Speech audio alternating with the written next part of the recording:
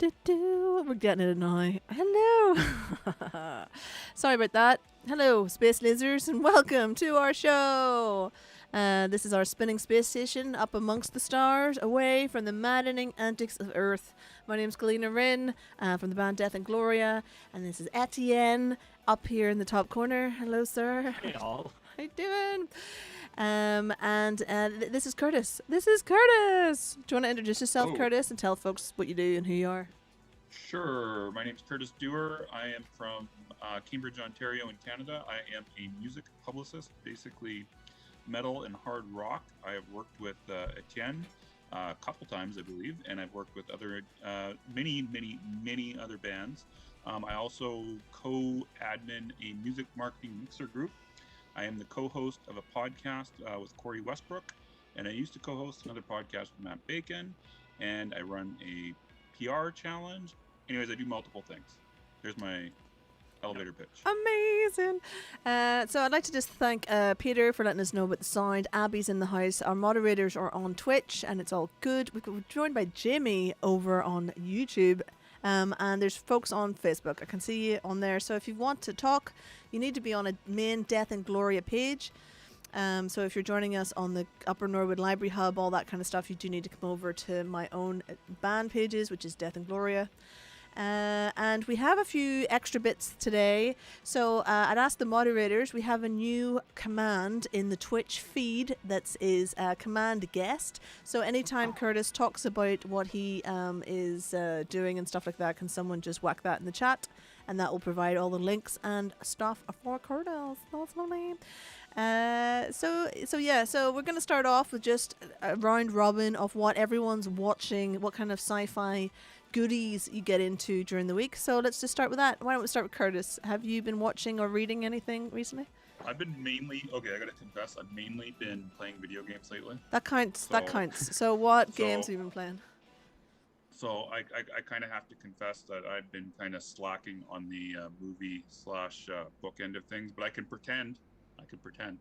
That's not. But I've been playing the game. I'm sure you guys have played it. I've been playing the game Control. That's one of the games I've been playing. I've been playing a couple puzzle games as well, but the main sci-fi one I would probably say is Control. I'm not that far into it, but it's pretty fucking cool so far. Yeah, it's cool. I've heard good things about Control. It's like X-Files mixed with horror, mixed with all sorts of weird shit. It's awesome. I love the X-Files. I've been awaiting weekly episodes of Snowpiercer. I'm not used to, having to follow along a show week to week. But so Snowpiercer is this kind of science fiction revolution story about the Earth froze over and humanity is stuck in a train powered by a perpetual motion engine, and that's it. There's no other humans, and they have to deal with the fact that the train is run by, the train was stolen from a kind of megalomaniac, and he wants to take back control. But anyway, so yeah, I've been watching that religiously every Tuesday. The episodes drop, and I'm watching that before I go to bed. So at midnight on Tuesdays. And aside from that, I've been playing this game called Islanders. It's not really a sci-fi game. It's kind of a puzzle / city builder game. It's really fun. It's very zen and relaxed. You place buildings on islands, and if you do well, you can go to another island and keep going. If you don't, it's game over and you start back again. So that's been my main science fiction diet. I can't go to the library yet, so I can't read. What about you, Rin? I have started Lower Decks, which is the animated Star Trek thing. It's actually good fun. It's really good fun. It's based in the Next Generation time period, and references a lot of everything from in that period. So anything that's based after New Generation is not mentioned, but everything else in the first two series, I guess, is that what I call it? It's not series, but you know what I'm saying. Incarnations is mentioned, and it's really good fun, and it actually just seemed to me it's what the other Star Treks were missing. It's it's the human factor of Star Trek, where people are arguing over shifts and what kind of jobs they are, and the characters are really good fun. And it's good. It's just good fun to get into the Star Trek episodes that are just made for fun, rather than Nice. any kind of seriousness. So yeah, it's Uh-huh. good. And they take the piss out of the Star Trek the Enterprise crew and all that kind of stuff. They're like half revered, but also half just made fun of. Yeah, Yeah. I think that's a fun. It's fun when shows are like self-aware, like old shows like Doctor Who and Star Trek, and like they're self-aware and they make jokes about the canon that we all know and love, and yeah, that I enjoy that quite a lot. I'll have to check that out. Yeah, it's good fun. It's good fun. I will say, what do I say? Also this week, we've managed to get up to 11 subscribers on Twitch. Just Wow. we got Nice. somebody gifted a load of subs on Saturday. Quang, thank you, Quang. So what we're gonna do today is we're gonna run a competition for a hi-fi sci-fi mug. Oh yes, indeed. I've never run a competition. I don't know how to do it, so we'll do it in the last half hour of the show to see if it works out for us. If you need to be a follower, you need to be online when it happens because it's run as a raffle, and then you do something in the chat. It'll probably tell you what you have to do in the chat when we run it. If you're a subscriber, then you get double the tickets in the raffle. So you've got more chance to win if you're a subscriber, but you have to be a follower to enter. How about that? So you have to get followed, quite frankly. I think we've also got an announcement for a very special guest that's going to happen at the end because it's a surprise. I'm the only person who knows about it. It's a real person, like a real big person, a good quality. Everyone's good quality person. There's no way I can talk myself out of this hole I'm digging myself into. Really, is there? So I was going to say that I'm probably your best guest to date. So yeah, you are. I know Yeah, you are he- our best guest to date. He is. Everybody is the best guest to date, for sure. So, anywho, the reason Curtis is with us is a number of things. That's kind of how Curtis is this the show reason started. Yeah. Yeah, Curtis is the reason this show exists in a sense. apparently. Because Brent and I met on the music marketing mixer, and I joined the music marketing mixer because I listened to Curtis's podcast, Dumb and Dumbest, which is really not the Dumb and Dumbest podcast. It's a very insightful music business podcast. So Curtis brought us into the music marketing mixer, and then people started, which is a group where we, just share ideas of how to promote music and stuff, and that's where this kind of talk show about sci-fi idea came in. And Curtis, so you say you've been playing a lot of video games. I imagine that's because, with the lockdown, you're kind of spinning around in your house. Yep. So how has the pandemic affected your business? And like Not in a your bad life? way necessarily. I would say it's about the same as it was before, because actually at times it's a little bit busier because when the lockdowns hit, bands get creative, and then they want to release shit. So then they contact the PR. So I seemed for at least a couple time periods to be more busier than I normally would have been, just because everyone's sitting at home and they want to make music and then they want to get it out, so then they come to me. So it's weird. I don't want to make it sound like I'm rolling in the dough, because I'm not. But it's like at certain time periods when the lockdowns hit, it seems like you get more business coming. So it's weird. It's weird. Yeah, I felt that way with just seeing the release cycles of bands online. Like some of the bigger bands kind of just vanished, and others have been like doubling down on online merch and shows and whatnot. And kind of, Yeah, it depends upon the week, and it depends what's going on in the world. But I mean, when the lockdowns hit in Ontario a couple months ago, in January, I got super. Well, it wasn't just in Ontario, but all across the world, basically. I got super busy in January. Like, I couldn't fucking believe how busy I was. And then for part of February, and then it just kind of slowed down a bit. And now it's more at like a normal level. But when the lockdown hits, it's just the way it rolls with me, I guess. Oh yeah, I get it. We have Fistful of Doom and Abby chatting in the chat about. So Fistful of Doom asked the question: is steampunk considered sci-fi, or is it its own category? Abby said, "I don't think so. Really, its own category, but there are always crossovers, right?"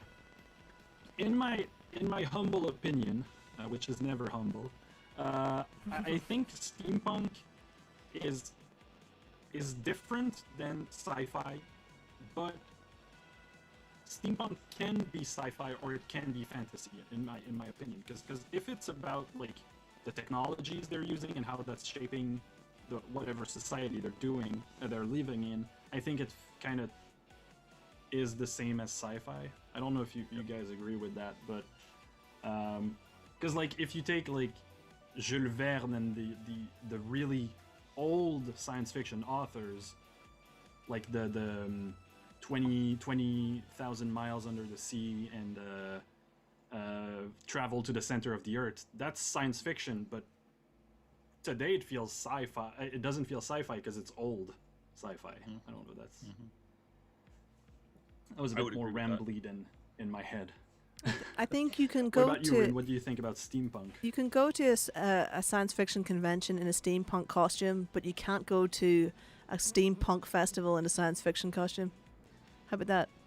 It's an offshoot of science fiction, but when they have their own events, it's very much their own event. Does that make sense? So kind of like squares and rectangles, right? Yeah, you can have a science fiction is like the umbrella. Yeah, you can have a black metal band at Donington or at a metal festival, but you can't have a rock band at a black metal festival. It's like that. Unless it's Ghost. Are they rock band? I suppose they are. Unless No, it's Ghost is not. But they were called black metal for a little while, even though they weren't. Yeah, but black that was metal. them just advertising themselves that way. I mean, I'm just saying. Yeah, I think that, but yeah, they or like some bands like, Or Miracle. I think Perturbator is a good example of an artist that usually plays in festivals you wouldn't expect him to play, because like he does synthwave, but he plays metal festivals and he headlines metal festivals. Yeah. And Miracure is very similar to that as well, because I mean she's not really black metal at times, but she was playing black metal stuff, and now she doesn't. But you know what I mean? Yeah, no, her crowd is the black metal crowd. Yeah. Yeah, but it crosses. I think it's often more of a question of, it's not how about how the music sounds. Often is about who listens to that music. I feel like that's what I, because like if I look at the synthwave community, there's like a big divide between, it's not like a war or whatnot, but there are like the people who listen to synthwave and also metal, and the people who listen to like pop music and also synthwave, and you kind of have both. Like you have like the Perturbators and the Carpenter Brutes and the Dance with the Dead who do like the metal slasher movie 80s stuff, and then you have, it's still called synthwave, but it's just pop music about being at the beach in the 80s, and those are like two different crowds under the same genre, basically. Yet still mix at the same time. So yeah, that's I think that's our little tangent on steampunk. So yeah, Curtis, you've got a we're all joining your PR challenge thing that's coming up. Do you want to talk about that a little bit? About the PR challenge? Yeah. Sure, I can talk about the PR challenge. So basically, it's a 13-day PR challenge. I have 6 other people working with me on it to instruct. 5 of them are going to instruct. 1 of them is just helping out. So I got Keith Morash of Infecting Cells PR helping me out. Keith Chachkes of Ghost Cult Magazine. I have Jesse May of Alternative Control and Metalhead Money. I've got Gaia Guarda, who is a well-known solo artist / member of the band Uriel. I've also got Monica Strutt, who is a band coach / guru or whatever you want to call her. And then I've got Corey Westbrook, who is a author at Metal Injection and a current podcast host with me on my new podcast called C Square. So basically what we're doing is I'm having each one of those people teach 2 days about a certain topic dealing with PR. So for example, I have Gaia doing email list and Facebook, if I'm not mistaken. Corey's doing bios and another aspect of social media. I don't remember what it is. Keith's doing Facebook and album art. Monica's doing pre-orders and Twitter, I think. I can't remember. And I'm doing a few other things as well. So we're all going to go do like 15 to 20 minute 10 to 20 minute videos every day. We're going to go over a topic, and then there's going to be a short actionable step at the end. Should be super easy to do. And then that's for 13 days. And it's name your price. So people can either pay whatever they want, or they can just join the mailing list and they get to join and they get to be there. So there's no plan to take the group down anytime soon. So you should have access to it for as long as Facebook is around. Anyways, it should be cool. It starts on Monday, and the first few lessons are going to be taught by me. It's going to go into Jesse, and I think Corey's next after that, and we're just going to kick ass, and hopefully everybody knows what they're doing for PR after that. Yeah, as someone who did some of your other challenges, the 30-day challenges in the past, I can't recommend this enough. Like this, the format of having like just a 15 to 30 minute like master class or whatnot, and then 15 or 30 minutes of homework every day of the week, like Max. You can't. Yeah, I know. It's sometimes it's like a 5 minute, but some of the 5 minutes that I spent on this, I've been repeating those weekly. And kind of getting some mileage out of them weekly, because it's not like, I feel like PR is not, it's not complicated to know what you have to do. It's being like consistent at doing all of that and integrating all of that in your routine, and not having to think about it anymore. That it takes time. Well, it's not only that, but there's also the fact that most people don't have the persistence in general to do any form of PR, because it's a lot of work. I mean, basically, I start at about usually 8 o'clock in the morning. I'm usually doing shit, even if it's just social media till 9 or 10 at night. So most people they're not going to do that. They're just not going to. And they don't know how to find the contacts. They don't know who to talk to. They don't know how to say something the right way. They don't know how to contact someone without pissing them off. They don't want to do lives such as this. They don't want to do podcast. They don't want to do shit, right? So that's part of the problem. Yeah, no, I get that. I've been like some of the things I learned in those challenges. Like I was kind of kicking myself for like, how did I not think of this? Like that's just so, once you know it, it's like, wow, where was this all my life? What did like you the think idea... what is the thing that you feel that you've learned the most? And I'm going to put you on the spot. What do you think is the best thing that you've learned in one of my challenges that you've done? Okay, so I'd say the one thing. So there are two things. One was I want one. Okay. I want to hear the one. I want to hear the big one. Let's hear the big one. The one was in the Spotify challenge. Okay. And it was just how to basically updating the bio constantly be telling like the story of what you were doing. And also just I think I got the one which was doing playlists with people on it and constantly shouting out people that way. Nice. But cool. It's hard to sum it down to one thing, because it's like what the challenge did for me was take all of the podcast episodes that I listened. Like I listened to you on the on Dumb and Dumbest. I listened to Monica's podcast, Jesse Cannon, Damien Keys on YouTube, blah blah, and it just made that into like a list of steps I could do every month to, because like you can't really take 250 hours of podcast worth of information and apply that daily. Like that's just too much. Exactly. I agree. Start. But one thing I've learned a lot working with you and like following you on social medias is you're constantly shouting out other people. Yep.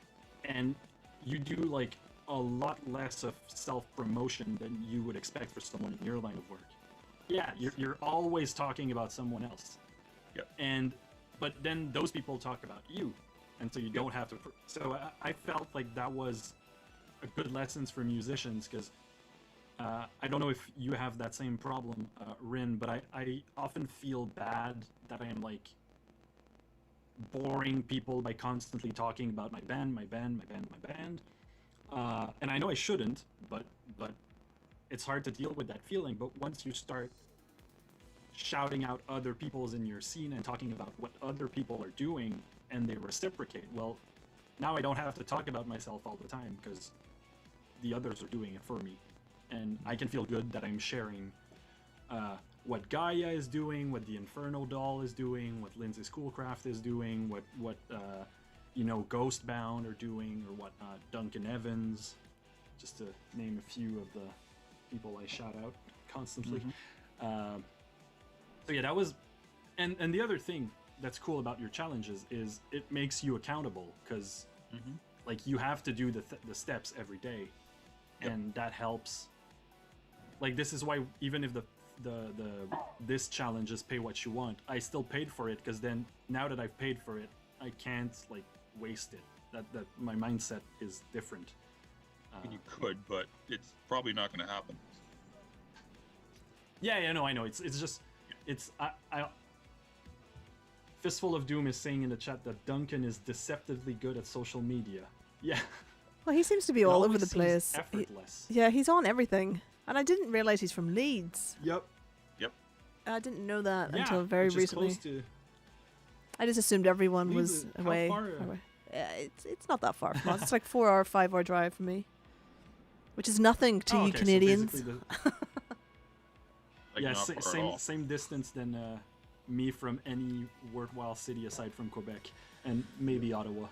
Yeah. I don't know if Ottawa is a worthwhile city. Whoa, wait a minute. Are you saying Vancouver I'm is just a kidding. worthwhile city? Wow. But Vancouver is more than 5 hours away. Oh, I thought you were saying. Okay, I think I misunderstood what you were saying. Okay, never mind. No, what I'm saying is Leeds is closer to Rin than any worthwhile city in Canada is to me. Because like You're saying Toronto is Vancouver 6 isn't- hours. So you're saying Vancouver is not worthwhile.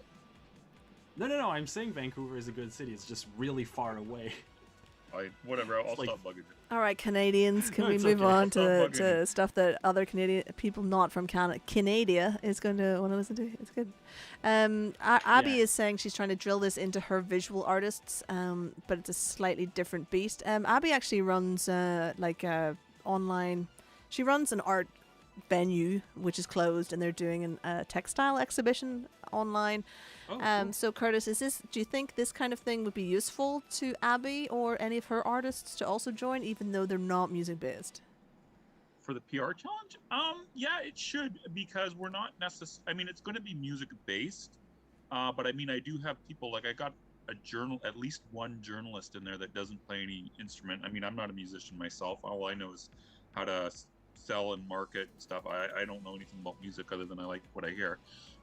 So I think so. I mean, worst case scenario, like if they join it, I mean, if they're kind of concerned, don't do the name your price. Just do the freebie version, and then, you're not out anything. If you look at the lessons and you go, okay, this isn't for me, you're not out any cash.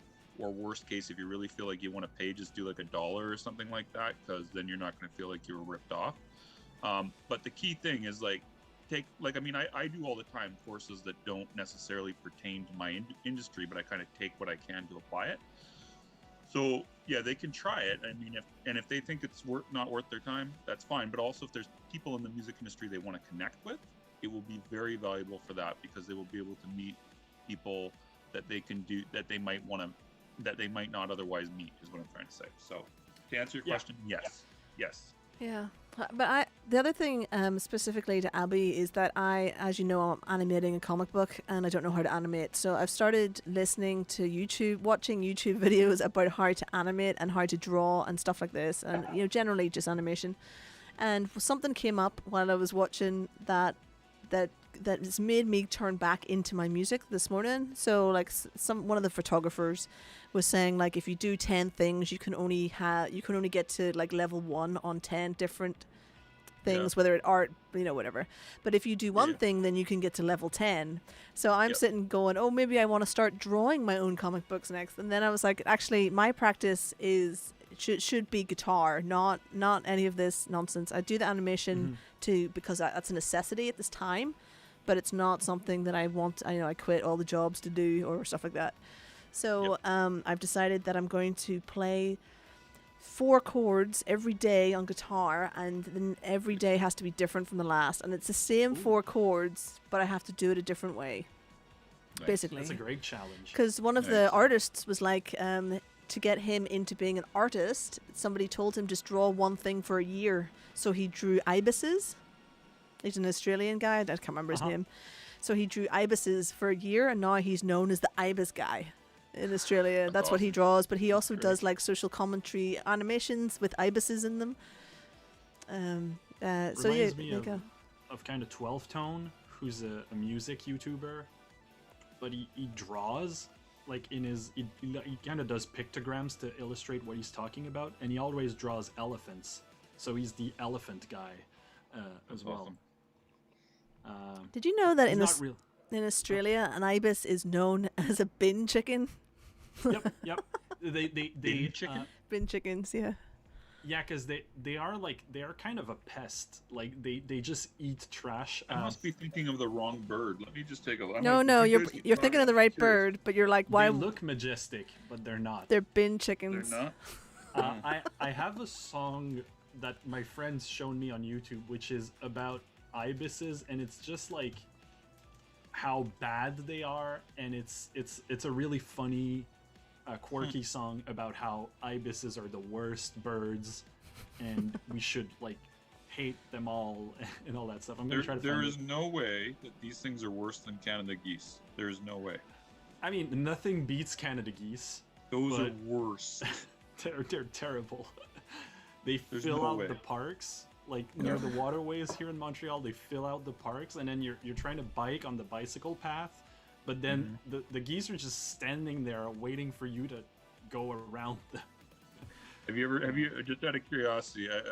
I know we're the only Canadians here, but so have you ever been chased by a mother with their babies? I've like had them like. Yeah, not me personally, but I was watching someone get chased. Awful. Yeah, it's and they're like very aggressive, and it hurts like a bitch. When I'm sure it does. smack I didn't get hurt, but I was running as fast as I could. Yeah, I never got pinched. One of my friends did, and like it had like a big red like pinch mark on his forearm. Nice. If anybody wants to know how we feel about Canada geese, just watch the Letterkenny episode. Watch the Letterkenny episode. I don't know if you've watched Letterkenny, Curtis. No, So I it's haven't, but it's kind of a Trailer Park Boys style sitcom that is set in Northern Ontario. okay. And it's very, very funny, but they kind of do the text and the script feels like poetry at sometimes, because they're just riffing on ideas and shooting the shit, and but it's like so Canadian. It's very funny. Nice. I just pulled it up, so I'm gonna look at it later once we get off. So that was our segment on ibises and Canada geese. The bird segment. Well, Fistful of Doom says, I was accosted by a rooster when I walked in a yard, and there was a bunch of chickens roaming around, and both Abby and Peter are not down with seagulls.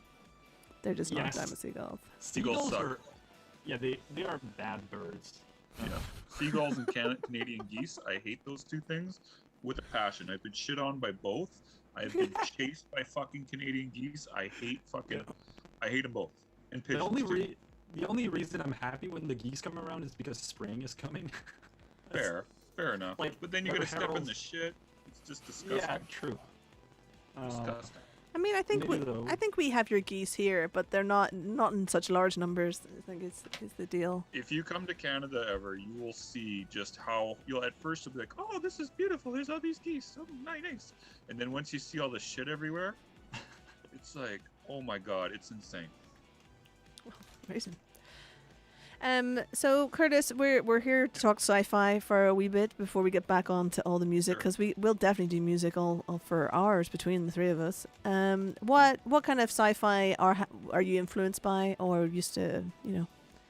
Influenced, I don't know. I think influence is a bit of a strong word, but I mean a lot. Some of the books that I've really enjoyed were the Robert Heinlein books. I've read a lot of his books, not recently, but especially in my 20s and teens. I read probably not all of his books, but a lot of his books, and I think he is probably, in my own opinion, one of the best sci-fi writers, just because of the fact that I'm not like a super techie type guy, but has a really good story in all of them. He doesn't get too out there, even though he was like I believe he was like a nuclear physicist or something like that. I know he knew his shit. He was like a scientist, but he didn't seem to get too complex, and the stories were always really good, because I'm always more into the story angle than into the technology angle myself. So that right there, his books, I just love them so much.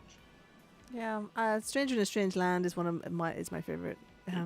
Same. Book, Yeah, sci-fi book. Same Strange Land, and then the ones with the guy who's the time traveler. I forget his name off the top of my head. The guy who becomes his own dad. Oh, I don't know his that name? one. I don't know that Isn't one. that Looper? No, it wasn't Looper. I can't remember. Time Enough for Love, I think, was the final one in it. I think, and then there was the other one with the guy that goes into the woman's body. All of his books are just great. Yeah, that's very That cool. I've read, at least. So my next album will be carrying on part of the Martian story from Stranger in a Strange Land, and I'm going to have the Martians destroy the Earth. And that's about all we're going to... So they destroy it in an artwork, and it's actually led to 2 stories coming out, so I'm going to be doing a mini comic, which will probably just be a web comic, of one scenario where the Martians decide to make Earth into a jewel in the sky, and then that goes on tour because they won an art exhibition. And then the other one is the main album. So and we haven't really decided how that's going to end so far, although we've got pretty close. But it's all based on the Martian characters from that book. Awesome. So that sounds Stranger in a Strange Land has been on my reading list for years. I can't find a good copy at my library. It gets weird, but it's pretty good. It's really good. Yeah, I used to read it when I worked in a hairbrush factory. So, because I kind of knew the book a lot, I knew the book well. So when I was working flipping 12, 16-hour shifts in this terrible hairbrush factory in Northern Ireland, right around 9/11, I just sit there with a book and just put hairbrushes together. And it was just great. It was great. That's why I always have fond memories of getting me mentally out of this terrible factory that I had to be in the whole time. Back when I was a kid, I worked in a hairbrush factory. Please make your Martians look like the Martian in the Looney Tunes. Oh my god. Oh no, the Martians are faceless. Awesome. We can't see them. We can't see them. Yeah, I know. They're invisible, right? Well, no, I think they have mass in that book, but in my version, you won't see them. Yeah, they're like beings of pure thought. Yeah, basically that's what we're going for. I understand there is a Stranger in a Strange Land film coming, or TV series, and or TV series. And the last I heard, Gene Simmons was funding it. Oh wow. Whoa! I don't know. That might be terrible though. The movie version. I don't know. Well, they'll mess it up. Of course they will. Yeah. They'll mess it up. Yeah. Yeah, I'm really, really like eager to see the new Dune. I've never watched that. I've never watched Dune. Because like the books, it's one of these books. Like I read the first one, but I kept hearing people talk about them, so I know a lot more about Dune than what I've read. But the thing is, like, the one movie they tried to do that failed in the 60s, like the stage, like the all of the props were designed by Salvador Dali. And it was supposed to be like this extravagant thing that just went over budget and died. I think I was maybe before the 60s. I'm looking at 84 because I was like, really, the 60s? And then they tried to do like, and then David Lynch did one, I think, was it? Oh, then maybe that. Okay, 84 was Lynch. Apparently, I didn't know there was an earlier one. The other one was never released. It never got to finish filming. But I think if someone's able to pull it off, it's Denis Villeneuve. Like, he's been really great at tackling those science fiction classics. Like, I've been following the guy for a while because he's from Montreal, so he's kind of one of our great movie makers here. But like his Blade Runner sequel was amazing, and Arrival is one of my favorite movies of all time. Just because of how I was kind of tired of seeing like every First Contact movie with the aliens was either us destroying the aliens or the aliens trying to destroy us. And like, I get why Americans would have that point of view on discovering new people living in an untamed land. But I don't think that's always what happens, and I don't think that's what will happen if we encounter aliens. Maybe at some point, but I think humanity doesn't always try to destroy whatever it encounters. Sometimes it tries to, like, harvest it for food instead. Well, yeah, I was gonna say. I mean, I could go either way on this. I mean, it could go good. It could go bad. Oh yeah, no, it's not like, sunshines and rainbows all around. Yep. But just like Peter was talking about in the chat about Roadside Picnic and the idea that aliens could maybe not realize we are here, which I think is also a theory that, like, there's a theory of why we haven't seen aliens, which is that our planet is in some sort of national park. Like they preserved indigenous life and not come into contact with it. So we're like in a interstellar zoo. Well, wasn't that like what that Israeli guy said recently? No, he said it was because they didn't want us to know about them. I think that's what it was, wasn't it? Yeah. That's another main theory. It's like there's like I've been writing a lot of stories for Alpha Botus, my band, and I've been thinking into like all of the astrophysics and science fiction, and especially the Fermi Paradox, which is the idea that, like, there are millions of planets and billions of planets in the solar system. There's bound to be other planets like Earth with life on them, so why do we not see them? And all of these answers to that question, I think that's fascinating stuff. Especially my favorite ones are the ones who are like highly probable. Like, statistically speaking, they're probably the good answers, but they feel so weird. Like, we're probably not the first. We're probably not the last. So maybe they're just so different from us that we don't realize we've seen them already, or whatever. But I think... Oh, you mean... Go ahead. Sorry, go ahead. Well, all I was going to say is, are you trying to mean, like, that you think that some of the people aren't really people? Is that what you're saying, or what do you mean? Oh, no, what I mean is, okay, so we share 90% of our, like, 99% of our DNA with a banana, right? Yeah.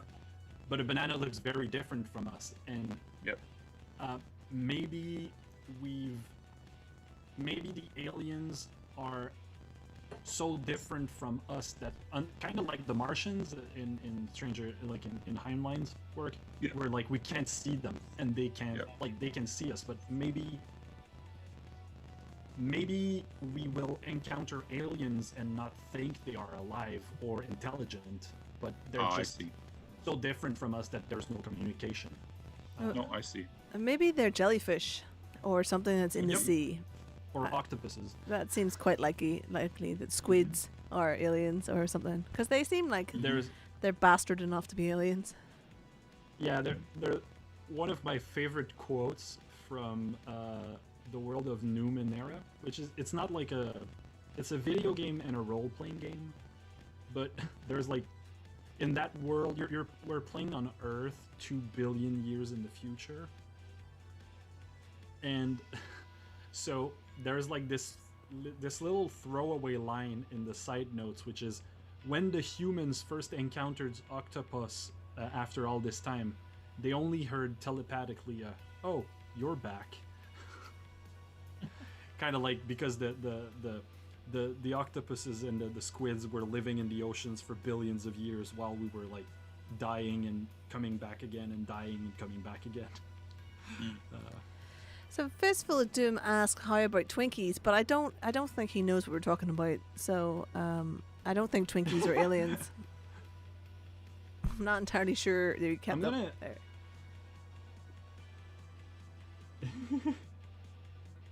Yeah, the conversation. We kind of went far and wild. I think Just a little bit. well, aside from that, I have a question for you, Curtis. Okay, let's hear it. What are the cool science fiction influenced musicians you've come across in like the last year or so? Like anything notable and cool you've believe it worked or with? not, there's not a ton that I've worked with other than you guys in The Last Rain off the top of my head. You and The Last Rain are probably the two. The Last Rain did a novel that accompanied their album. I didn't read the novel, but apparently it was about aliens from another planet. Blah, blah. It was very science fiction themed, right? I'm blanking on the plot. I'm really, really sorry because of being put on the spot. But you guys are the two that I've worked with in the past year. I can't think of anybody else off the top of my head. But you guys in The Last Rain, very different stylistically. They play melodic death metal. It's kind of similar to like Early in Flames, Amon Amarth type stuff like that. But yeah, and I mean the thing they kind of do. They don't kind of. How do I want to put this? They also kind of cross it with video games at the same time. So a lot of their marketing will also like have like video game characters like the Doom guy, Duke Nukem, that type of stuff. So they're kind of a weird one because they cross video games and sci-fi. But you guys are like basically it. All right. Fistful of Doom asks about Fulminator. Fulminator. Yes, they slipped my mind. Yes, Fulminator. Yes, Fulminator as well. Thank you, Jamie, for reminding me about that. They're a really cool band. They are, and they got the whole sci-fi theme, and I don't know how the fuck I slipped my mind on them. But yes, they dress up as aliens, and it's pretty damn cool. Yeah, and they're thrash, crossover thrash. He's probably going to point out someone else that I forgot about him. Just wait. It's okay. You work with a lot of people. Yeah, but I mean, I don't know how I slipped that one, because yes, they got the full-on sci-fi theme going. I've been like I listened to the new Spelljammer record recently for a review, and I never knew of these guys before that record, but like it kind of blew me away by how good it was. They're kind of big, really heavy doom metal with a bit of a desert rock or psych influence in there. Yeah. But their latest album is kind of about how we are very little in the very big void of space and all that. So it's not science fiction per se, but it deals with, space and infinity, and I think that's and the cosmos. But that, like, I can't recommend that album enough. Abyssal Trip by Spelljammer. It's and also like they managed to do a thing that's very hard to do musically, which is they take their time and they develop their ideas a lot, but it never gets boring. Nice. Which I'm is looking kind at of them right now while you're talking. They got some awesome art. Oh yeah, with the kind of the because they're about like diving into the deep ocean, but their name is clearly a sci-fi reference. It's from a D&D world. Yeah, I could see that. Science fiction D&D world. Yeah, it looks really neat. Cool. Oh, and Fistful of Doom is also pointing out Zot, interdimensional invocations that you've worked with. Oh no, you don't. Zot? You didn't work with them. No. Oh, I was gonna say Zod. Here's another one. I don't think. Yeah, I didn't see the word "don't." Oh, I don't think Curtis worked with them. Yeah, no, I don't think I worked with anybody named Zod. If I did, I apologize, and I forgot who the hell they are. Yeah, Brent, go No, ahead. go. I'm just gonna ask Curtis about the PR. So when you're looking, I want to know like what you look for in a client, because like I take on clients for music and video production and stuff like that, and so you know, sometimes and live stream production, stuff like that. And sometimes I'll just look at the stuff that they're doing and I'm like, you know what, I don't want to. I mean, I probably need the money, but I'm not going to do that. So basically, just in the nicest way you could possibly go around without shaming anybody, what is it you're looking for in a client for you to take them on? Well, there's a few things I'm looking for. So one thing that, just as an aside, a lot of people will think that when they're hiring a PR, they're the one that's shopping for the PR, and I guess in a way that's true. But at least in my case, I don't know how other PRs operate, but I definitely qualify the band beforehand. First thing I always do whenever someone asks me about PR is I do give them the price up front, just so that way we don't waste each other's time. Like if they're not expecting like to pay $1,200 for 3 months or whatever, and they're thinking like $400, I want to get that out of the way right off the top, so that way it's not like later they're like, oh, I thought you were like $50 or something like that, right? So I always bring up the price first. I say, okay, look, you want to talk to me? Great. But first thing you need to know, prices are here. If that works for you, come on back to me. And then after that, the next thing I do is I have an intake form I get everybody to fill out. And basically it kind of tells me what they've done in the past, what they're expecting for PR. Like if they're expecting to get in Kerrang, Decibel, Metal Injection, and they're on like their debut EP, probably don't want to work with them because they probably kind of think they're divas. And then on top of that, you know, if they have any material that I personally find is offensive, that I don't want to work with, like I don't like working with people that have like strong drug references. I have occasionally worked with bands that have marijuana references, but it's usually very, very, very small percentage of the time. Like I work with King Bong, but they're instrumental. They don't actually promote it. So, you know, I'm not into weed, so. You know, or strong drug references, you know, obviously like they're promoting violence against specific type of something like that. I'm not too interested. So, I mean, and basically I also want to make sure that, you know, they got their socials that usually I try to go with people that also have their socials up to date and they're actively trying to build a community and they don't think that I'm the magic bullet that's going to take off. Like I want to get people that are invested in themselves, things that are actually willing to do the work, and they're not going to be, you know, someone that I can also be in a relationship with, not just like, you know, here's my money, go away and work, you peasant type of thing. I don't like working with people like that. So I gotta get along with them basically, or even if I don't get along with them, I gotta feel like they have good music that I enjoy, or that I think other people will enjoy, and that I don't think they're going to be a problem, I guess is the right word. Does that make sense? Yeah, that makes perfect sense. I mean, it makes perfect sense. I think there's a huge problem within musicians that they don't understand the jobs of people. Like they have no idea what a booking agent does. You know, what the difference between a manager, a booking agent, an assistant, a PR agent. It seems like there's a lot of that problem. So there's two jobs that a PR agent probably has going on that could be separated, and that's the actual like campaign management, and then what I call the admin monkey work or donkey work or whatever you want to call it. And it's and one of them is fun, one of them is really good fun to me, and the other one is just pure hell. And how much of the pure hell work do you take on, or do you expect the band, or is it case by case, you know? Well, here's what I basically try to do the same thing for almost everybody generally. Basically sometimes I'll get people to get their own bios done. I do have a writer that does a press kit for me. He used to work with Metal Hammer, and he was worked with B13 and a bunch of other publications in the past. He writes most of my press kits, but I like to have something for him to work with. So like if someone kind of hands me like this one sentence bio, I used to send them off to Jessie May before she had a baby, but now she's got a baby, so she doesn't really have much time. So now I'm going to be sending them to Corey Westbrook, or another individual if she can't do it. But you know, so that is kind of like the grunt monkey work, in my opinion, like writing bios. I'm not good at them, and I'm not a musician, so I always like to farm these types of things out to people who can do them.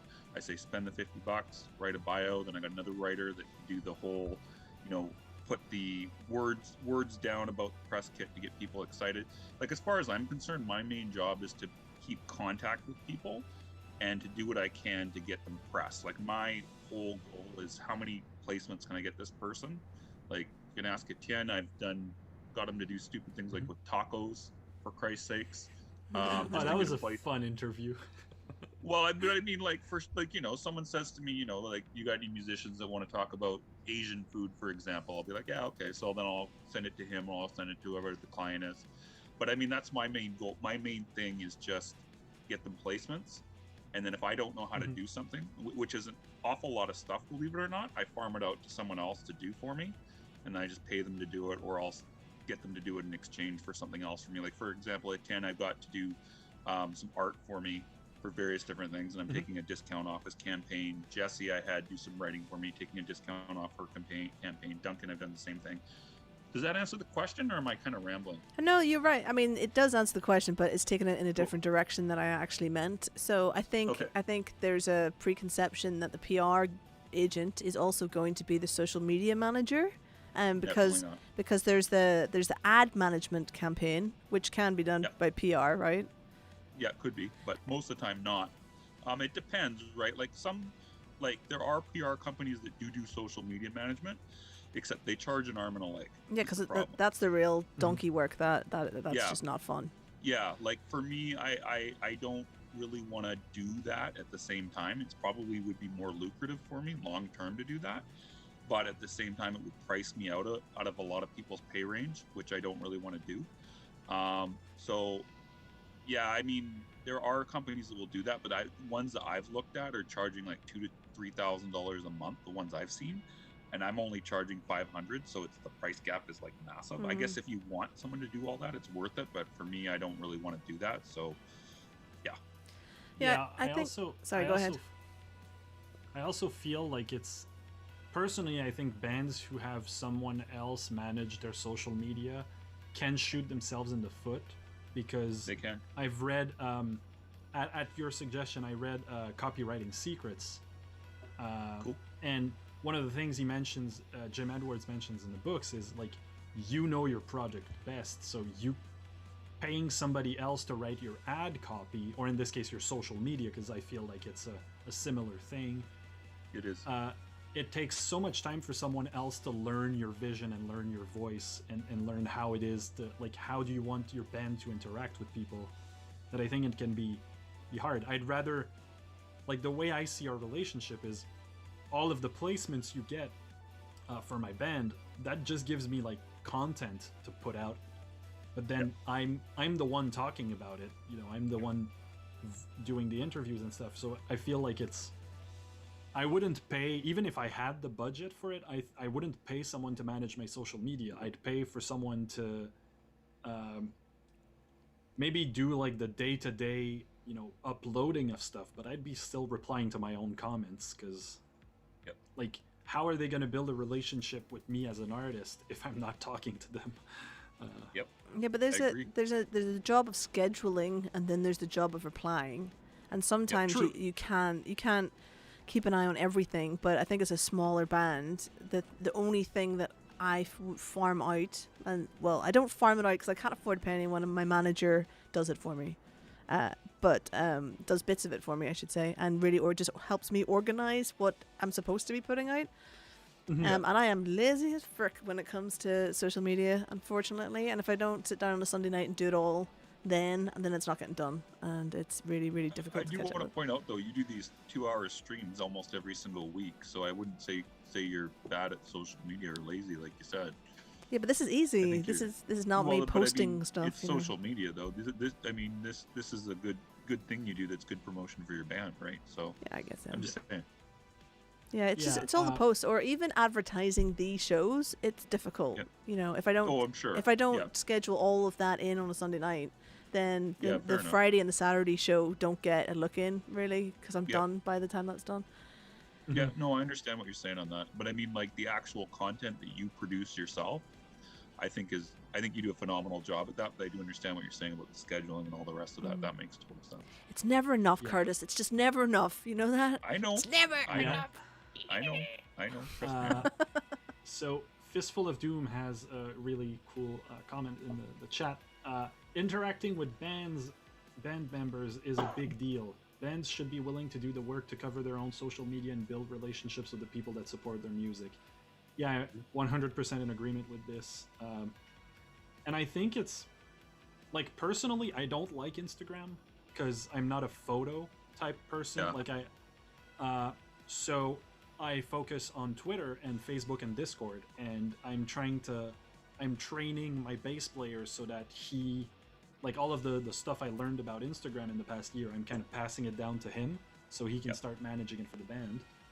Of course, I have the advantage of having a 5-piece band with 5 members who want it to work. But I think the reason our band is able to get shit done is because I manage, like, the main social media platforms, but Matt, our drummer, handles Twitch a lot of the time, and he's the one in the band with the massive following on Twitch, like the 1.5 grand. Like, I think he has like 1,500 subs, not subs, followers. Wowee! What? He's not working anymore then? No. He's got a couple of subs though, and lots of regulars and stuff. But he's the kind of person that, before being a Twitch streamer, spent a lot of time on Twitch interacting with streamers. So it was natural for him to, when he started doing it for himself, to do it for the band as well. Whereas I don't ever watch streams unless it's like live stream shows or people I'm friends with that are like if somebody wants to have me on for an interview or to play games or whatnot, I'm happy to do streams. I like streaming, but I'm not a big consumer. Same for Instagram. Like, if I'm not posting on Instagram or replying to my comments on Instagram, I'm on it like 5 minutes a day tops. I'm on Twitter 3 hours a day no matter what, so might as well use it for my band. I agree 100%. I think you're very lucky for anyone who's got bandmates. Very lucky. The biggest thing that I've noticed is that if you want to be good at something, or if you want to be a streamer or whatever, you either have to do it this way, you either have to spend your entire childhood in the house doing only one thing, or, going out young and joining the army, or, getting your life, whatever, not having a life as a kid. That's what you need to do if you want to be decent streamer or a decent person later on. And if you didn't do that, like I didn't do, I just went out and got drunk and met a lot of people, then you have to put all the work in when you get old. So I basically gave up having normal jobs because I have to just do this all the time as one person doing everything. So I'm the only person who answers anything on my social medias. I'm so thankful to have a bit of help with the organization from Claire. But it's just, it's almost like I have zero time to even pay attention to other people's art and give them shouts out and stuff like that. So I feel very selfish, but if I don't sit down and just have my head down on the work, I'm not, I didn't spend years as a teenager playing guitar. I only started learning that at 28, really, taking it seriously at 28. So it's just a lot of work, and like... Because you were, so do it young, do it all young, and a tour manager and all of that before being a musician, right? Yeah, so I wanted to always be a musician. I did play guitar as a kid, but I give it up to play netball like a fool. And then I did everything I could to be beside bands for years. So, just went on tour and all that. But it was all to be in a band. And then I went through, I'm on my 13th drummer and my 6th bass player now. And basically, they're session people that I used on this album, and that's the only humans I've used for this, and the rest has all been just me. And I've been really lucky with my bandmates, and also I learned very early that if I wanted to have any kind of success, I had to choose very carefully who I had in my band. But yeah, the singer of Alpha Botus is my childhood friend. We've been friends since we were like 6 years old. and we had a band together for like 7 years that didn't do shit. And then I started Alpha Botus and kind of recruited him, and like he's very bad at social media, so I'm not like, he's not helping very much on that end. But he's like an amazing singer, and I think like the singer is the most important element of the band, because you can, like, being good at guitar is not essential to have good guitar performances on your albums. Like, you can write simpler stuff, focus on, you know, the songwriting or whatnot, but you can't replace like a great voice. And I agree. so and he helps out with lyrics, he helps out with the stories, and he's very good at, like, you know, he's been getting better at getting people to the gigs and branching out of his bubble and contacting people. I was kind of born a salesman, because I'm so hyped about it. I talk about it all the time. Yep. And same thing with Matt, our drummer. Like, Matt is very good at social media, and so he helps out. He's in charge of the memes on the band page most of the time. He's been managing the Discord. We've got a Minecraft server now, if anybody is into Minecraft and wants to come. I saw that. But yeah, so it's fun to not be the only person driving the thing, but also everybody in the band kind of agreed into my vision for the band and like the vision we had for the band before joining. So That's awesome. So yeah, Curtis, do you have tips for people trying to manage their time to make your job easier? great. Manage their time to make my job easier. Like- Well, basically, I think I know what you're trying to say. Basically, what I need is I need the band to be communicative about stuff is the main thing. And if I miss something ever, to make sure that I have seen it, because if I don't acknowledge something, there's a good chance I was out for a walk, I saw the message, and then I forgot about it. So, like, for example, if you don't hear back from me and you thought you should have, DM me again or hit me on a different platform to make sure I saw the message. Because I do that with other people, and sometimes you think, okay, well, this person's always on the ball, they know what's going on, but usually it's the time when you assume is the time when they didn't see it, and that's when a ball gets dropped. And I'm just as guilty of that as anybody else. But if you are clear and communicative with people about what you're doing or what you have, that makes my job a lot easier. And again, sometimes I'm not always the world's greatest, but I do my best to communicate to people about things that are going on. So, you know, if you got a premiere lined up, for example, I do my best to inform you that it's coming up, when, and if I have a time, I'll let you know the time. If for any reason you do not get that info from me, I probably think I told you. So just hit me up and don't be a dick about it. Just kind of go like, hey man, did you do this? And I'll be like, oh yeah, I did that. Or shit, I forgot. Blah, blah, blah, that type of thing. But I mean, that's the main thing, if that answers your question. Yeah, I used to work as a civil servant for 10 years and managed government departments. I managed diaries for judges and stuff. And the one big thing that I noticed between the artistic community and the civil service is that everybody sends back an email of acknowledgement in the civil service. Like, it's just odd if you don't get one. And if you don't get one, then you always ask for one. But on the other on this side, people are like, I don't want to, they're probably very busy, this kind of thing. But it's just good practice to say, oh, received or copy or whatever it is you want to say, just to say, thanks, dude, I got it. Yeah, especially for something important. If it's something not important, I'm not as big. I mean, okay, fine. But I mean, like, if it's something like important, like, for example, if a band sends me an interview, 99% of the time I will acknowledge it's received. If it's a big one. If it's a smaller one, not always, but I mean, like, most of the time. But if a band ever says to me, hey, did you get this? I'm always like, right, yep, got it, or no, I have no idea what you're talking about. But yeah, the acknowledgement is extremely important to get. And if you're ever wondering if someone received something, just ask them. That's the main thing. Some people get annoyed by that. I don't mind, so just ask. I'm just going to take a wee second out to say hello to Ricardo and to Jan, basically, the Metalane. I don't know how to pronounce that, but it's Jan. He's my app developer, and he's the fella who does the Light Change app that I use on the weekends, which we had up and running and working this weekend. So thank you very much, sir. He's already had his next project. I'm like, okay, that works. What are we doing next? Amazing. And Fistful of Doom, we will get to your question a little bit later. Yep. I did have another question, and it's gone right out of my head now that I've done that.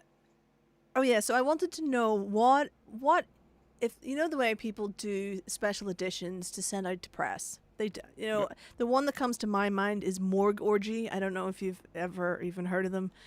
No. Well, Google Morgue Orgies merch and you'll see what they sent out. And a friend of mine works in a PR company here, and they were the ones who sent it to all the PR people. I don't know if I could say it online. It's a bit rude. It's a bit rude.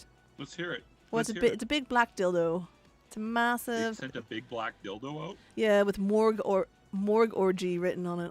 And it was huge. It wasn't like it was rather girthy. Thank you for the cheer, whoever that was. Who was that? Free lap. Thank you very much, Peter, for the cheer. Thank you. Yeah. So, is there anything that sits in your mind as the good, bad, the ugly, the indifferent of what is the name of that thing? What is it that you send out a gift to? A promotional a gift to a gift. media. Well, I don't usually do that for one reason, because I don't know what it's like in the UK, but over here most people don't want that like anymore. Like if you tried to send, for example, a physical package to most magazines, they would tell you to go away because they don't want it. They want only digital nowadays. It's very, very rare. Like here's an example. I'm doing a PR campaign for a guy who's releasing a box set. A really, really fucking cool box set. It's just amazing. And we have, I think it's like 10 promo copies. And getting people to take those promo copies has been one of the fucking hardest things I have ever done in my life, which is just unbelievable to me. Because like 10 years ago, everybody would have wanted something. Mm-hmm. But right now, it's just like almost no, it's not MP3. You got an MP3? No? And they'd be like, no, we want you to unbox it. We want you to actually hold it. We want you to look at it. And they're like, nope, no thank you. Like 99.9% of the time. And I like, it's bizarre, but nowadays, for at least over here, people are just like, no, don't want the physical. Just give me an MP3 and I'm good.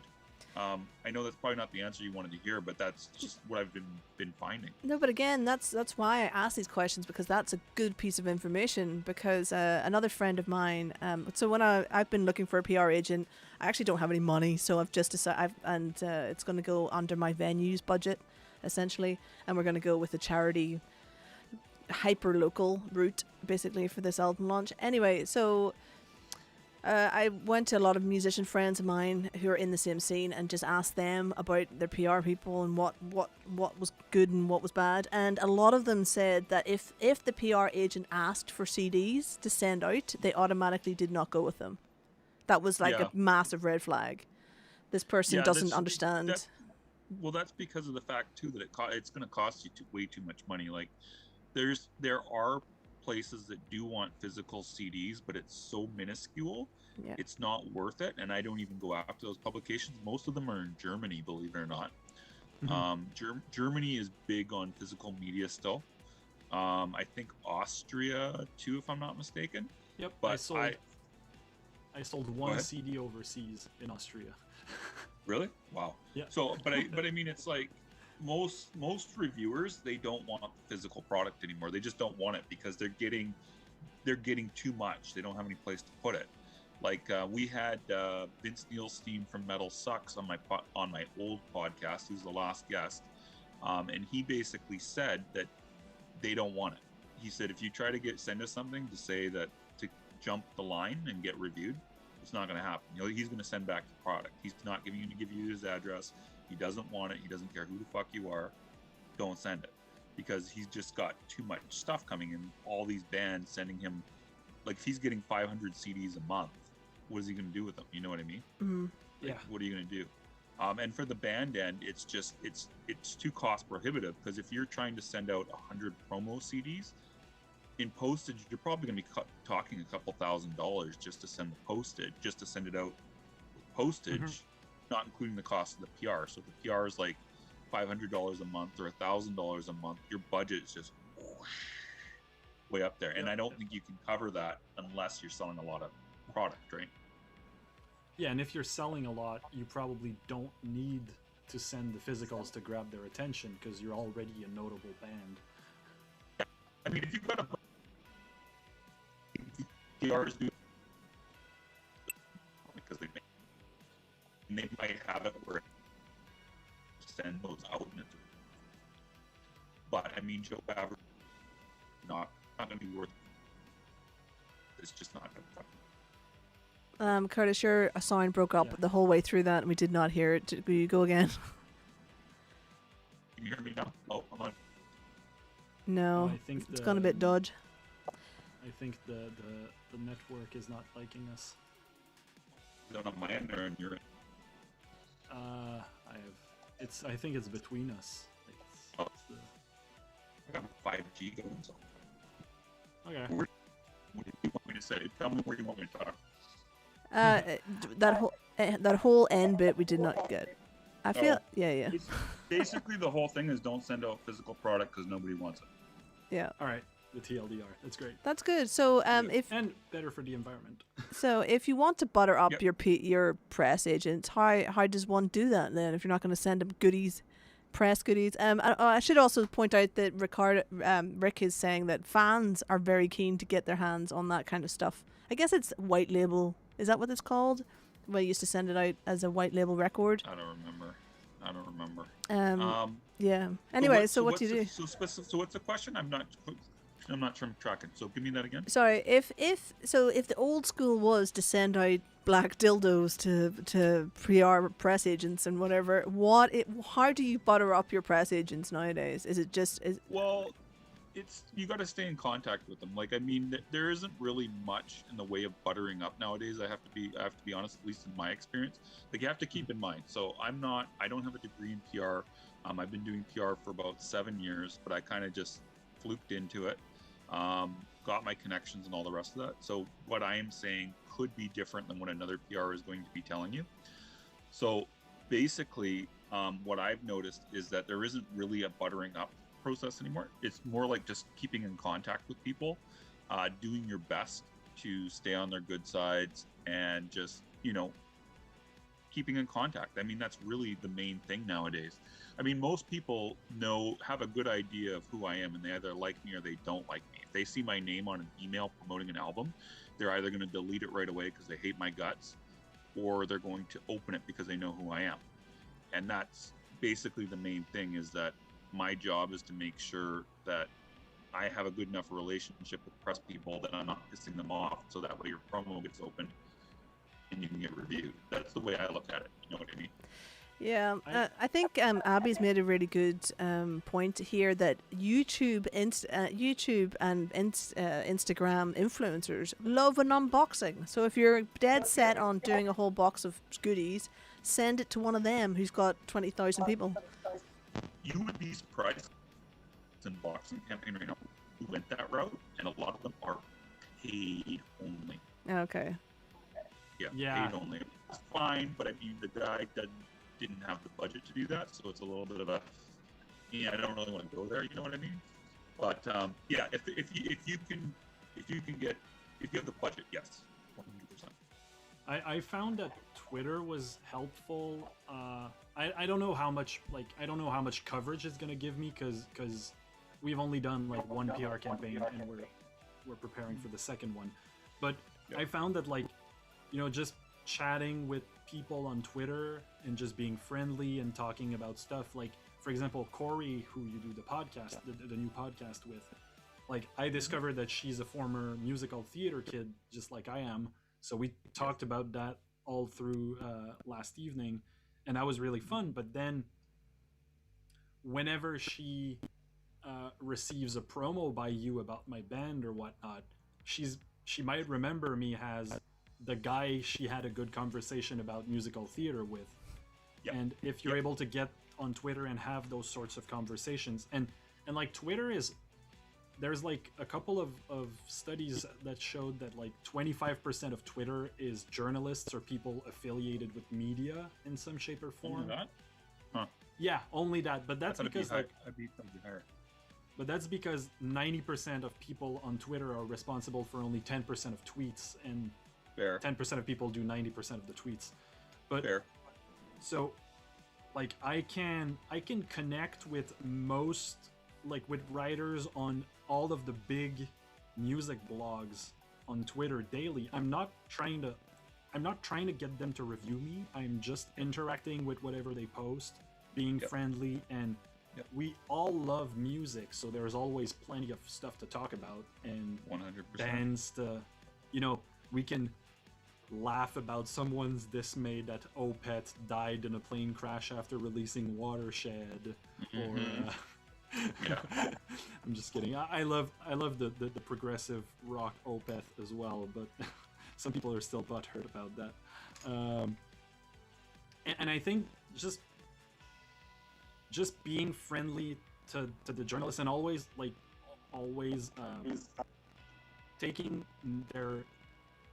no's well. Like, if they don't review you, like, take it in stride and move on. They might review you next time. If you bitch and whine, they will never review you. Well, here's one that most bands need.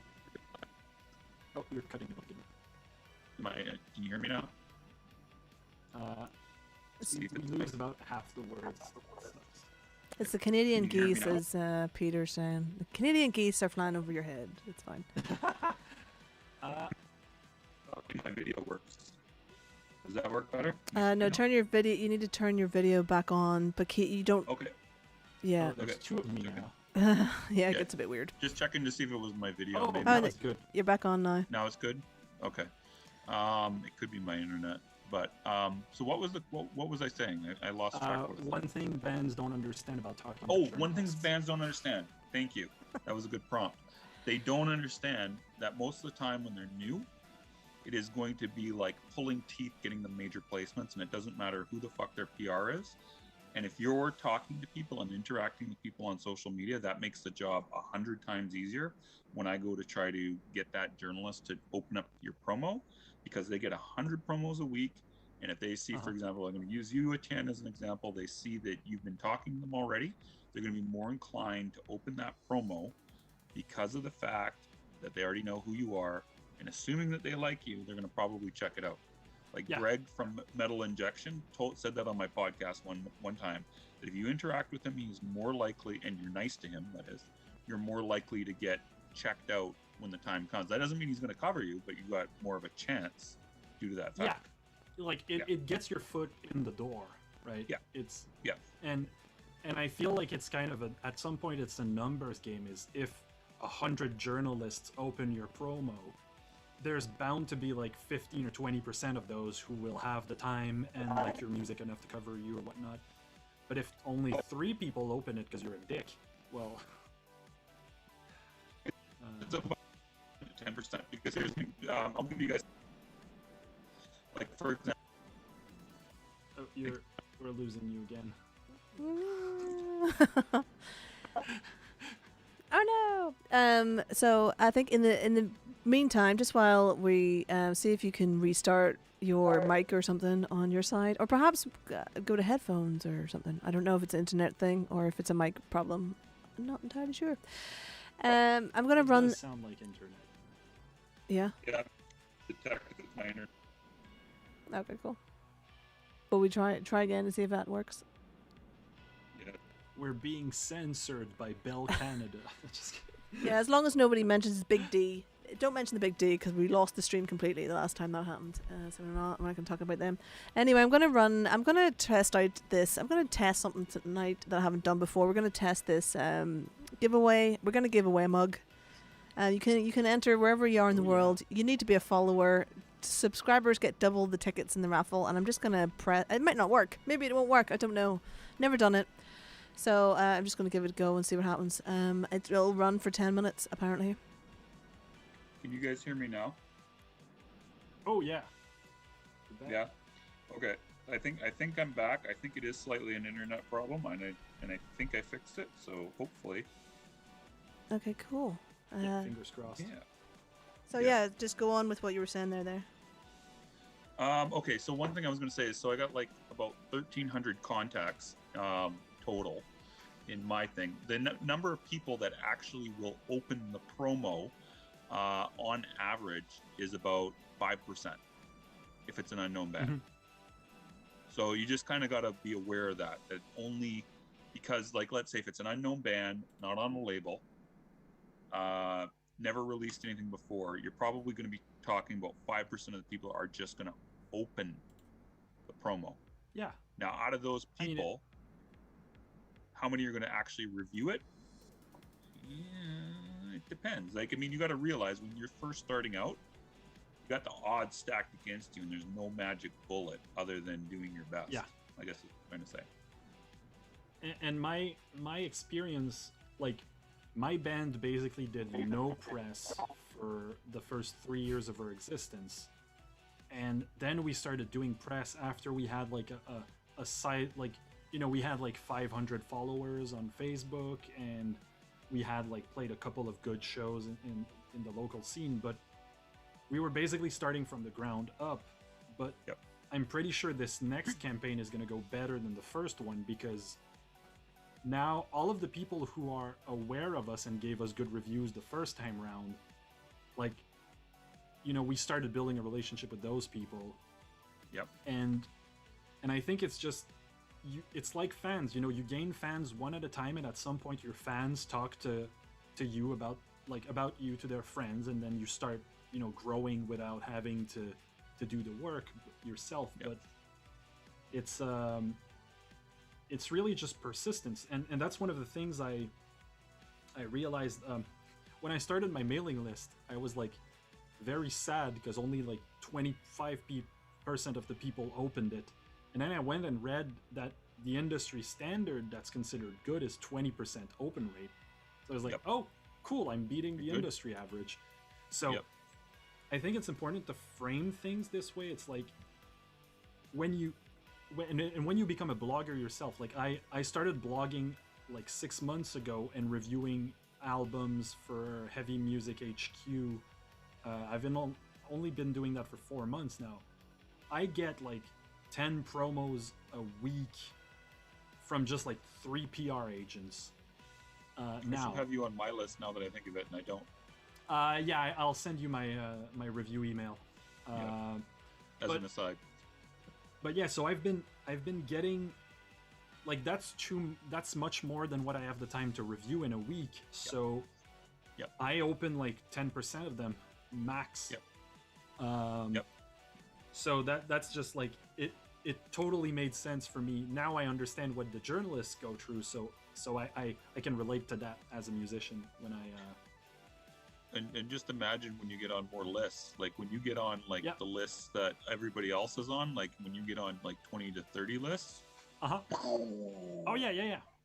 You're gonna go And I've insane. made- And that's why I created a new email address for that, because Yep. I didn't want to flood my regular inbox. Yeah, I mean, one other thing I want to point out just in regards to that is, okay, so like for anybody listening, if you are in a band and you're kind of getting discouraged, like you're sending out promos and stuff like that, and you're like, why is nobody listening? Again, you got to realize what he just said. He's on only 3 lists and he's getting 10 promos a week. 3 lists and 10 promos a week.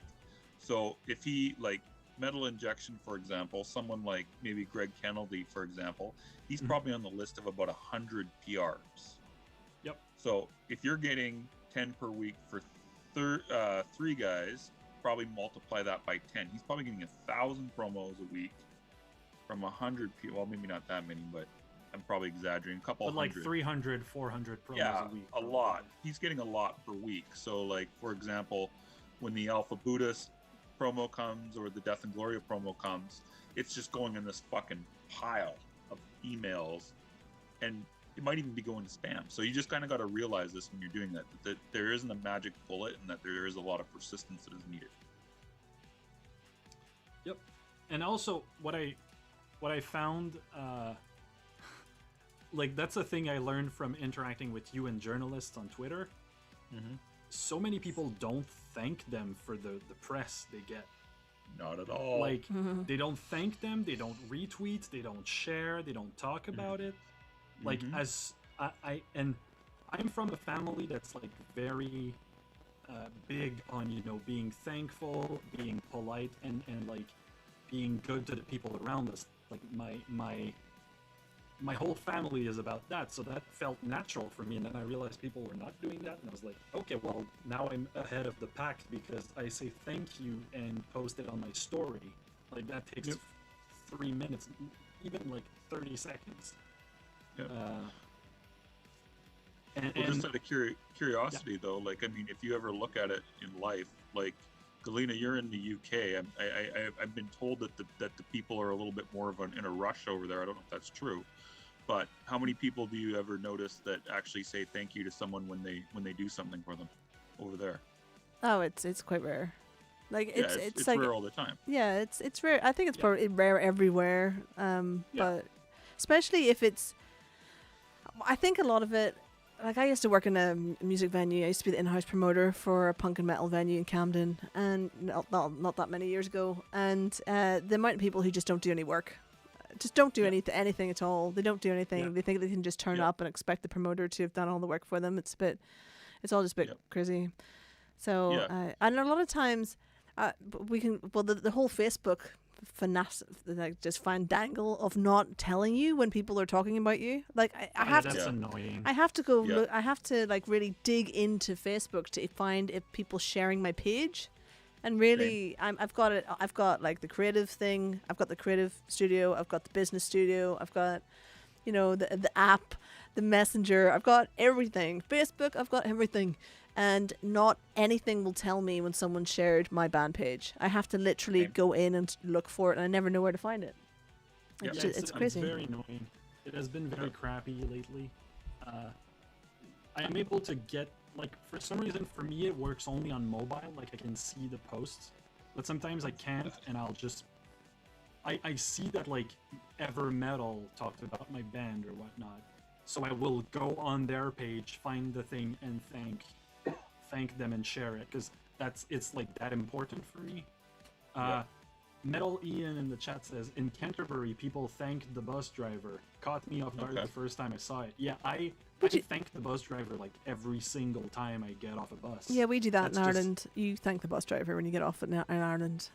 You say hello to people as well. There was like this debate at some point in my friend group, like, should you thank people for just doing their job? And I was like, yeah, you thank him because he did the job well, and he could have been an asshole about it, and like he could have like driven the bus too fast and skipped your stop, but he didn't. He was on time. So and like I live in the biggest town in Quebec, Montreal, which is like half the population of the province, so it's the least like polite place in the province, I'd say, because it's the big city and everybody's busy, but like I don't get it. Like, and also, like, if I can convince one person to do that as well, like, studies have shown that being grateful for the things you have in your life is the key to happiness. Like, if you're grateful for the coworkers you like, I'm grateful to be, you know, for all the people in my network, because they're all like, I learned a lot from all of them. I learned a lot from Curtis. I learned a lot from doing these streams with you, Ren, and like, I feel good that, oh yeah, today I get to chat on Twitter with all of my cool friends and stuff. And I feel weird when people like are always, but I want more. Yeah, okay, yeah, I want more too, but I'm fine with what I have for now. Like, I'm okay with where I am now, and as long as I'm not at the same level of career in 5 years, I'm gonna be happy. You know? Yeah. Well, I'm kind of hoping that you're a lot higher career-wise myself, or I'll kind of feel like I've failed you. No, I get that. I mean, I'm pretty sure if I'm on the same trajectory, I'm gonna be happy. Like, if I'm still climbing at a relatively similar rate and stuff, and you know, grinding it out, and if like, because I don't know about you, Rin, but my shows started with like only my friends coming, and like I've played gigs in front of like nobody, and I was always let down, but I enjoyed it no matter what. So that's what told me I was in a good job. Like, you know, I like playing music in front of 2 people, and I like playing music in front of 200 people, and I'm guessing I'll like playing music in front of 2,000s. Yeah, I guess I'm in a bit of a weird one that most bands don't do. So my first gig was my album launch. My first album launch. That was my first gig. Yeah. Because I needed proof of this first album's been proof of concept, essentially. Mm-hmm. So everything has been building up to to a point of liftoff, I guess. It's like most people do stuff and then when they're out and about, then they do their album. But because it was only me, I had to get so much of the stuff finished and ready to rock. So that's why I did it that way. And now I'm getting to a point where I'm probably going to have a live band, you know, and we're probably going to aim for bigger things and whatnot. So I just feel like I haven't got to a point where I'm not just thankful for every gig I do, because it's everything's a production rehearsal. Mm-hmm. You know, even when it's become to Comic Cons and I've brought the other bands and I've booked the other bands and I've brought all the backline and there's a good fee for it and all this stuff, you know, it's still a production rehearsal. Like, am I going to provide a PA in future? Probably not. But, you know, I don't feel like I'm just at a point where I'm not happy. Was it? You know, I've never reached a point where I'm like, this is fine. Every show I've done is grand. You know, I'll play the opening of an envelope. I'm pretty good. You know, I'm not saying I'm pretty good. Anything's good at this point. I'm not at the point where I'm too jaded about it. Mm-hmm. Although I can see that it's not many years off. And I've watched that was another thing from being like a backline tech and tour manager. I've worked with so many bands and seen so many people make so many mistakes. And I've just tried to avoid them all by not doing them. You learn through their mistakes. Yeah. But it doesn't really work out like that. It doesn't really work out like that for us. Actually, we share that thing. Like, my band's first show was our EP launch. Because that's kind of a funny story that we started as an electronic duo and it was supposed to be a studio project. But 3 days after we launched that album, a band from San Francisco was like, hey, I saw you guys on Bandcamp and we're playing a show in September. We had launched in late June. So it was like the first day of July. And they were like, yeah, well, we're playing a show like 19th of September in Montreal and I like your music. Would you like to open for us? And I looked at I sent a message to my buddy who was my partner in the band and was like, we have an offer for a gig in 3 months. We don't have a band. Let's do it. That's hilarious. Yeah, that's pretty much what I do as well. And we had like 20 minutes of music, but we had a 45-minute set. So I called up Matt and Manu, the drummer and the singer respectively, and I was like, hey guys, we have this band, can you play drums and keys? And and we'll do covers of like goofy 80s music like Danger Zone and Push It to the Limit and True Survivor from Kung Fury. And we did it, and like we had 80 people there for the first show, because like everybody, because it had been a while. Like, I had bands that never amounted to nothing for a couple of years, so I had a couple of friends who were like, oh, we can finally see your band play live, like it's finally happening. And since then we've been like, the one thing that convinced me this band had a future was that our friends kept coming back and asking when the next show was, and that was like the one thing that made me go, okay, I can do this. I can push this hard on social media and not annoy people, and I can put my career on this band. Because the people who saw us live, they're coming back time and time again. Awesome. I just wanted to say that Abby has won the mug. Abby has won the mug, and she does do. Abby. You do all the work, so it's good that it's gone to you. I didn't realize that I had actually set all the subscribers to 5 times as many tickets as non-subscribers. So I will fix that. Oh, well. And I have no idea how long that mug's going to take to get to you. And it's a good job maybe that you got it, because then you can tell me what state it comes in and how long it takes. Amazing. Yep. So we have... I had a... Sorry, go ahead. Well, I mailed a T-shirt 3 months ago and only got it didn't reach its destination and came back last week. And nobody knew where it was before then. It kind of emerged from the depths. Well, so I have to mail it back. Well, we have a very specific problem here in the UK, as you probably know, as we've had Brexit. Yeah. So there is a tax to be paid on stuff arriving into Europe and arriving into the UK. So I now have 2 merch sites, and Streamlabs is one of them. And Streamlabs sends from West and East Coast America as well as Latvia. So it now covers the entire world, and my website covers UK only. and my Bandcamp will be a mix of all of it. So it's actually quite a flipping thing to get all this stuff sorted out, and I need to be on Etsy, and I need to sort out Bandcamp and all that. But it's a lot of work, and now having 2 websites that have merch, one for UK and one for all of Europe. So this is me trialing out Streamlabs for the first time to see what kind of stuff we get from them, which is pretty cool. I thought I created two little instances, a game that we can play on the stream, and we don't have much time left. So do we have, Curtis, do you have another 10 minutes or so, or do you need to 10 go? 10 minutes would be totally fine, sure. Yeah. So basically, I've set up the 8-ball game on. I just want to test it out, basically, to give us random questions for our guests. So, Curtis, are you able to write Command 8? Are you able to write into the chat, the Zoom, the Twitch chat? No, I don't. The Twitch, I haven't been able to get into it, so no. Okay, that's all right. I'll do it. All right, I can do it. Oh, you can Curtis. do it? Yep.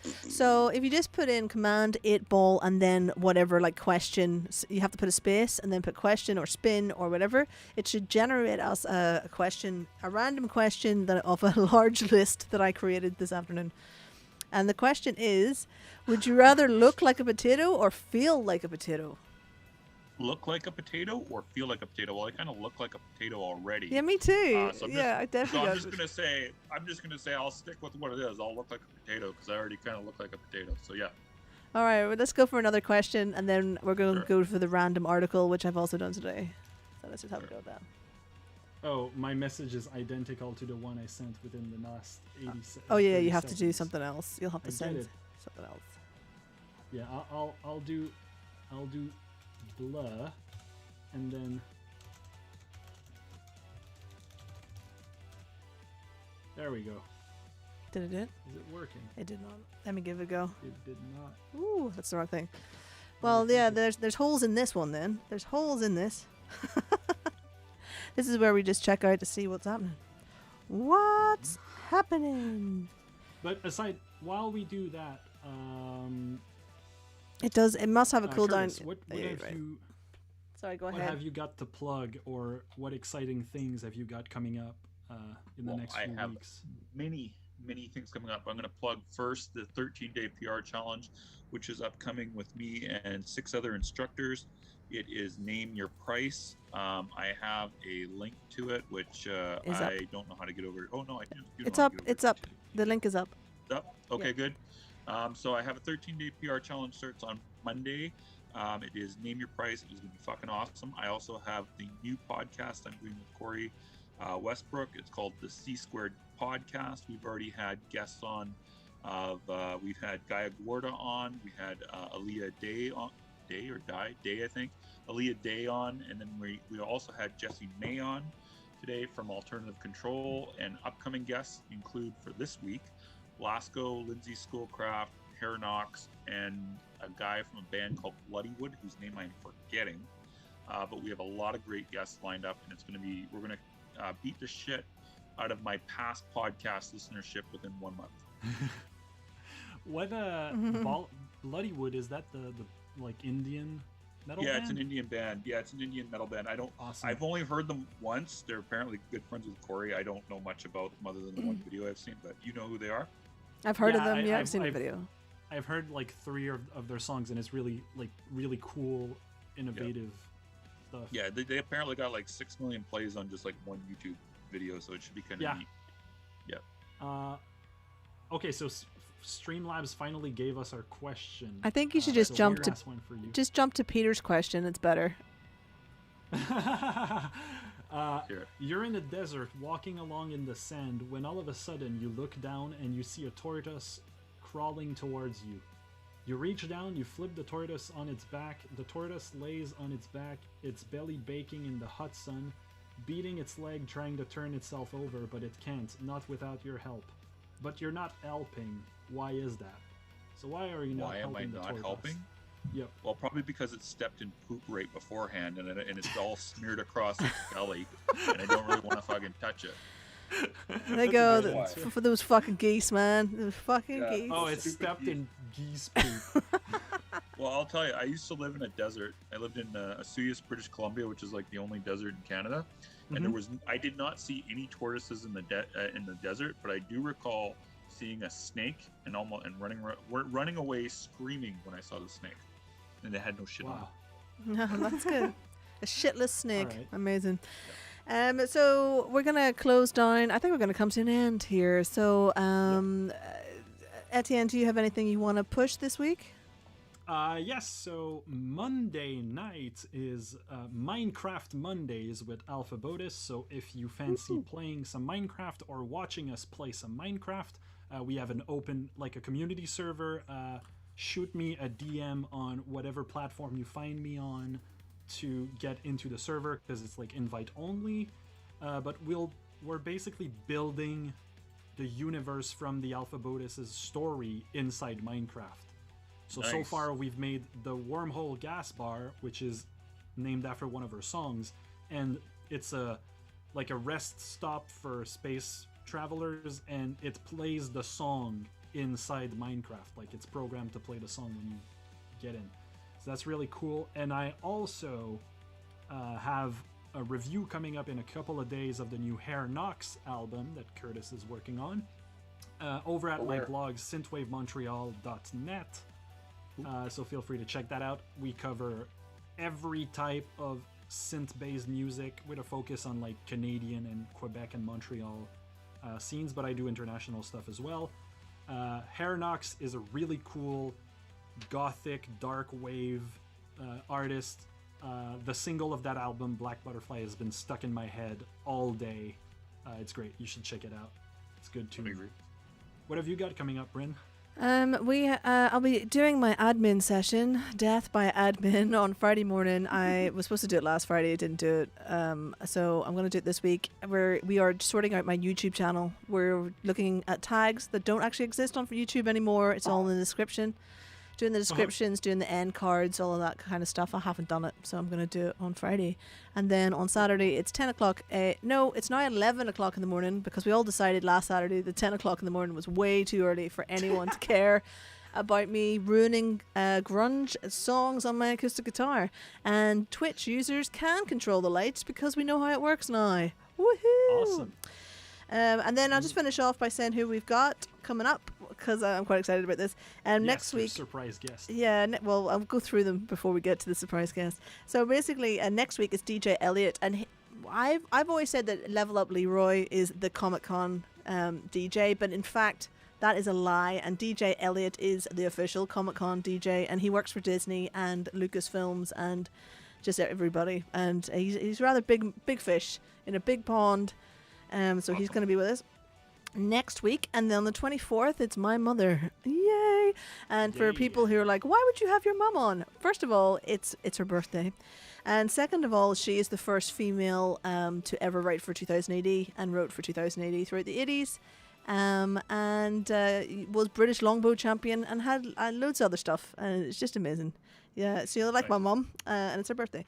And then on March 31st, we have Mara from Thought Crime, which we're looking forward to. I'm going to get all the philosophical questions. I think I'm going to try and really push the boat with that one. Really go for some wokeness, woke bashing, perhaps. We go social justice warrior talk maybe that night. I don't know. I feel like that's probably the show to push the boundaries a little bit. I can see that my partner Riamu has now joined us in the chat. A bit late, love. Nice. But nice to have you over. Thank you very much. And then we have a special guest, yay, on the 7th of April, and I just wanted to see your face when I said who this was. It's Amos Williams from Tesseract is going to be with us on that date. Ooh, nice. Yeah, yep. I used Awesome. I tour managed cool. a band he was in a number of years ago. I've been a Tesseract fan forever, Boom. since I think their first record, really.